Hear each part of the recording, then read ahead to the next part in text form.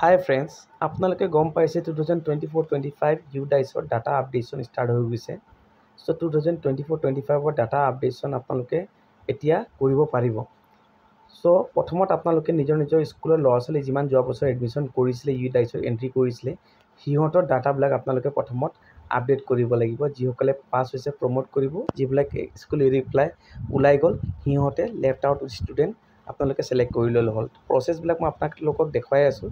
গোটেই প্ৰচেছ আপোনালোকে চাব কেনেকৈ মই কৰি আছোঁ। প্ৰথমত আপোনালোকে নিজৰ গুগল ক্ৰমত যাব, গৈ পেলাই লিখিব সাৰ্চত udiceplus.gov.in লিখি পেলাই আপোনালোকে সাৰ্চ কৰিব। সাৰ্চ কৰাৰ পিছত চাব আপোনালোকৰ এনে ধৰণৰ পেজ খোল খাব। এতিয়া আপোনালোকে ৰাইট সাইডৰ ওপৰত দেখা পাব 3 ডট। সেই ৰাইট সাইডৰ 3 ডটত গৈ পেলাই আপোনালোকে প্ৰথমত চেক কৰি ল'ব যে ডেস্কটপ সাইট আপোনালোকৰ ক্লিক কৰা অন আছে নে নাই। যদি নাই আপোনালোকে ক্লিক কৰি ল'ব, কাৰণ ডেস্কটপ সাইটতে আপোনালোকে এই কামটো কৰিবলৈ সহজ হ'ব। সো মই এতিয়া অলৰেডি ডেস্কটপ সাইট ক্লিক কৰি ৰাখিছোঁ। আহি যাব, প্ৰথমত আপোনালোকে চাব পেজত ওপৰত লিখা আছে UDICE plus school data capture. First অপশ্যনটো ক্লিক কৰিব। ক্লিক কৰি পেলাই আপোনালোকে স্ক্ৰল কৰিব। স্ক্ৰল কৰি পেলাই আপোনালোকে চাব ষ্টুডেণ্ট যোনটো অপশ্যন দেখা পাই আছে, সেই ষ্টুডেণ্টৰ অপশ্যনটোত আপোনালোকে ক্লিক কৰিব। ক্লিক কৰাৰ পিছত আপুনি তলত আহিব, আহি পেলাই চাব select state to login, ইয়াত select অপশ্যনত ক্লিক কৰিব। ক্লিক কৰাৰ পিছত আপোনালোকে যোনখন ষ্টেটৰ পৰা আছে, যেনেকৈ আমি অসমৰ পৰা আছোঁ অসম সিলেক্ট কৰিলোঁ, গ'ত ক্লিক কৰিম। গ'ত যেতিয়া ক্লিক কৰিম, ক্লিক কৰাৰ পিছত যোনটো পেজ খোল খাব, এইটো পেজত অহাৰ পিছত আপোনালোকে নিজৰ CRCCৰ পৰা ইউজাৰ ID এণ্ড পাছৱৰ্ড লৈ ল'ব। মই already user ID and password মোৰ আছে, গতিকে মই ইউজাৰ ID এণ্ড পাছৱৰ্ড ইয়াত ক্লিক কৰি পেলাই এণ্ট্ৰি কৰিছোঁ। তলত চাব আপোনালোকে ইয়াত কেপচা লিখা আছে, সেইখন কেপচাটো ফিল কৰিব। ফিল কৰাৰ পিছত আপোনালোকে ইয়াত লগইন ক্লিক কৰিব। সো মই ইয়াত user ID and password click কৰিলোঁ। তাৰপিছত এতিয়া ইয়াত মই আপোনালোকে যোনটো ইয়াত কেপচা দিয়া আছে সেইখন কেপচা মই লিখি আছোঁ। সেইখন কেপচা এতিয়া বৰ্তমান মই ফিল আপ কৰিব গৈ আছোঁ। কেপচাটো মই ফিল আপ কৰিব গৈ আছোঁ। কেপচাটো মই ফিল আপ কৰিলোঁ। কেপচা কাইণ্ডলি আপোনালোকে চাব ৰং ক্লিক কৰিলোঁ মই এতিয়া বৰ্তমান। আকৌ মই কেপচাটো এবাৰ লিখি দি আছোঁ। কেপচা ফিল আপ কৰি লওক আপোনালোকে। কেপচা ফিল আপ কৰাৰ পিছত চাওক মই কেপচাটো ফিল আপ কৰি আছোঁ E1FFDC। কেপচাৰ ইয়াত লিখিলোঁ। লিখাৰ পিছত মই লগইন অপশ্যনত ক্লিক কৰিলোঁ। ক্লিক কৰাৰ পিছত চাওক গোটেই স্কুলৰ পেজবিলাক খুলি গৈছে, কাৰণ মই এতিয়া বৰ্তমান ব্লকৰ ID পৰা খুলিছোঁ। আপোনালোকে নিজৰ স্কুল চাৰ্চ কৰিব। ৰাইট ছাইডত চাওক চাৰ্চৰ অপশ্যন আছে। যদি আপোনালোকে ব্লকৰ ID পৰা খোলে, যদি স্কুলৰ ID পৰা খোলে ডাইৰেক্ট আপোনালোকে স্কুলৰ দেখা পাই যাব। সো এতিয়া বৰ্তমান মই কোনোবা এটা স্কুলৰ খুলিব গৈ আছোঁ। সিলেক্ট কৰিছোঁ মই বৰ্তমান স্কুলৰ নামটো, সিলেক্ট কৰিলোঁ। এতিয়া বৰ্তমান আপোনালোকে এইখন স্কুল মই এটা লৈছোঁ, ৰংনগৰ।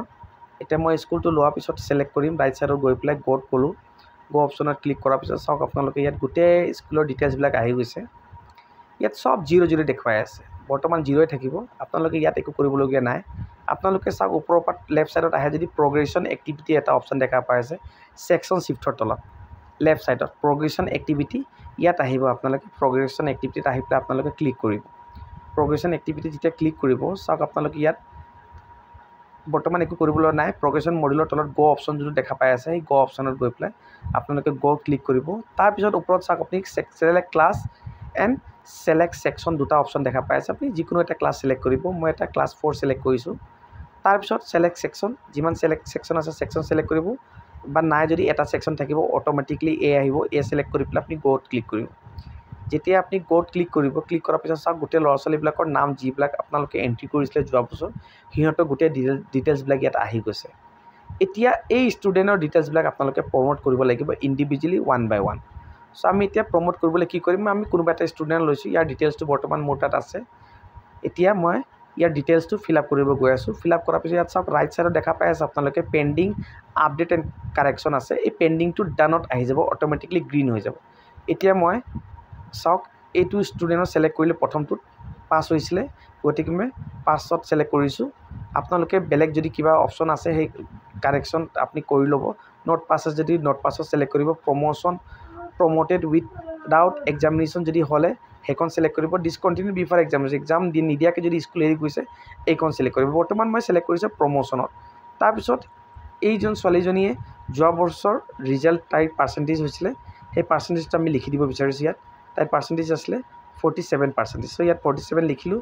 তাৰপিছত নাম্বাৰ অফ ডেইজ, তাই কিমান দিন স্কুলত যোৱা বছৰ গৈছিলে। সো নাম্বাৰ অফ ডেইজ তাই 170 6 আছিলে চ' 176 লিখিলোঁ ষ্টাৰ্টিং ইন ছেম স্কুল যদি ছেম স্কুলতে পঢ়ি আছে প্ৰমোশ্যন কৰাৰ পিছতো আপুনি same starting in same school select কৰিব যদি স্কুল এৰি পেলাই গ'লগৈ তেতিয়াহ'লে আপুনি left school with T C or without T C select কৰি ল'ব বৰ্তমান মই ছিলেক্ট কৰিছোঁ ওপৰটো কাৰণ তাই ছেম স্কুলত পঢ়ি আছে চাওক ইয়াত ক্লাছ 4 আছিলে অট'মেটিকলি ইয়াত ক্লাছ 5 দেখুৱাই দিলে প্ৰমোশ্যন অপশ্যন ছিলেক্ট কৰাৰ লগে লগে এতিয়া আমি ছেকশ্যনটো ছিলেক্ট কৰি দিম তাৰপিছত আপুনি চাওক ইয়াত পেণ্ডিঙৰ ওচৰতে লিখা আছে আপডেট ব্লু কালাৰত আমি সেইখন আপডেট অপশ্যনটোত যাই পেলাই আপডেট অপশ্যনটো ক্লিক কৰিম আপডেট অপশ্যন যেতিয়া আমি ক্লিক কৰিম চাব এই ডিটেইলছটো ইয়াৰ পেণ্ডিঙৰ পৰা ডানত আহি যাব চাওক ইয়াত দেখুৱাই আছে success student details update successfully আৰু ইয়াত চাওক ইয়াত গ্ৰীণ কালাৰত ডান আহি গৈছে ডেট মিনছ এই ল'ৰাটো বা এই ছোৱালীটোৰ ডাটাটো এতিয়া বৰ্তমান আমি আপডেট কৰিলোঁ ছেম এই ধৰণতে আপোনালোকে গোটেই ল'ৰা ছোৱালীৰ ডাটাবিলাক আপডেট কৰিব লাগিব ক্লাছ ৱাইজ 1 by 1 তেতিয়াহে এই স্কুলৰ ডিটেইলছবিলাক আপডেট হ'ব